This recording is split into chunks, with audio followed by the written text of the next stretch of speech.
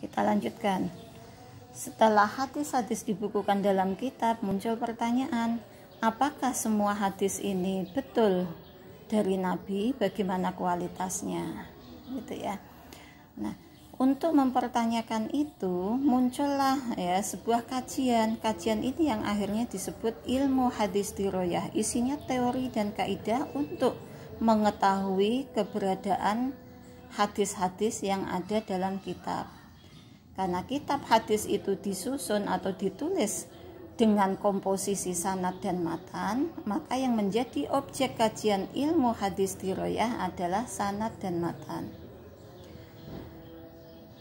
Keadaan sanad dan matan setelah diteliti ini nanti akhirnya terverifikasi bagaimana kualitas sanad, bagaimana kualitas matan. Nah, muncullah hadis sahih, hasan, dhaif, bahkan maudhu. Hadis yang sahih, hasan ini yang makbul, hadis dhaif dan maudhu ini mardud. Oke. Ya. Karena objek tadi ada dua, sanad dan matan, maka ilmu hadis ini akhirnya akan berkembang. Ilmu hadis ini berkembang, munculkan keilmuan-keilmuan atau cabang sesuai dengan objeknya. Ketika meneliti sanad, maka muncul cabang ilmu tarikh arwat, ilmu rijalul hadis, ilmu tabaqatir ruwat, ilmu jarhi wa ta'dil, ilmu at-tahammul wal ada, dan seterusnya. Itu di sini. Yang kedua, hadis itu terdiri dari matan. Maka disusunlah satu teori-teori untuk mengetahui kualitas matan. Muncullah ilmu muskilil hadis, ilmu mukhtalifil hadis, ilmu ilalil hadis, ya, ilmu asbab wurudil hadis, dan seterusnya. Nah, cabang-cabang ilmu hadis baik sanad maupun matan inilah yang nanti akan digunakan dalam kritik hadis, kritik sanad maupun kritik matan. Jadi tugasnya nanti untuk meneliti kualitas hadis yang ada di sini. Nah, sampai di situ sudah cukup. Kita masuk ke periodisasi. Periode klasik ada 4 fase.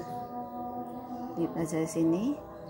Di sini nih masa ilmu hadis dan masuk dalam kitab hadis.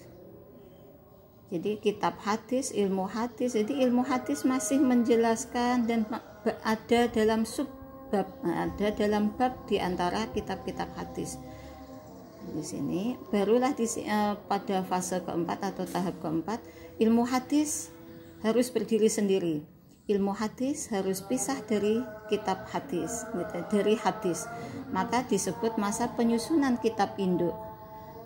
Ya, dipisah. Mana hadis itu masuk ke kitab hadis, mana ilmu hadis ya dibuat kitab tersendiri. Nah, perintisnya inilah ya. Pemisahan inilah Ar-Hurmuzi dengan kitab ilmu hadis, Al-Muhaddits, Al-Fasil Bainar Rawi wal Wa'i. Ada ini Al-Hakim An-Naisaburi, Al-Ajad Al-Khatib, dan seterusnya.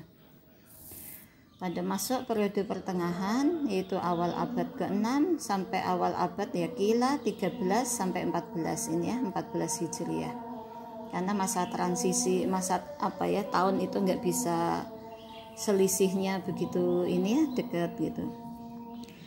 Nah, pada periode pertengahan inilah ilmu hadis diroyah mencapai masa kematangan kesempurnaannya, yaitu di tangan Ibnu Solah dan Ibnu Hajar. Ini ada beberapa tokoh di antara sini nih. Ya, di antara sini nih ada beberapa tokoh. Misalnya Ibnu Jamaah, misalnya lagi siapa itu, saya ada beberapa catatan. Nanti yang kedua ada 2 fase Ibnu Hajar Al-Asqalani. Ibnu Hajar Al-Asqalani itu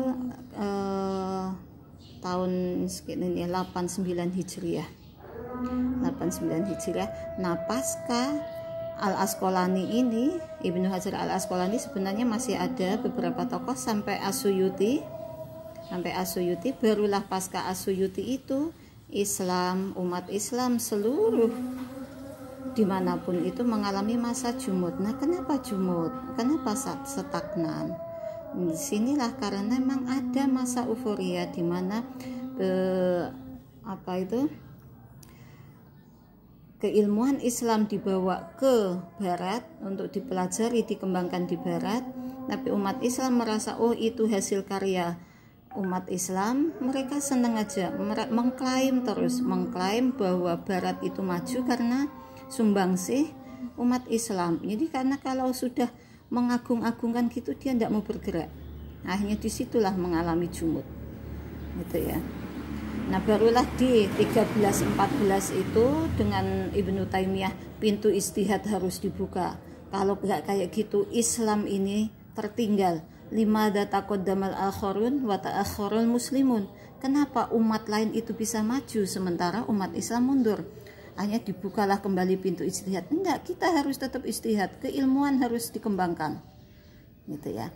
Nah, akhirnya semua ini nanti di berbagai ilmu fikih, ilmu tafsir mengalami kebangkitan kembali. Ini masa kebangkitan kembali ini ya, ditandai oleh Jamaluddin Al-Qasimi dan seterusnya.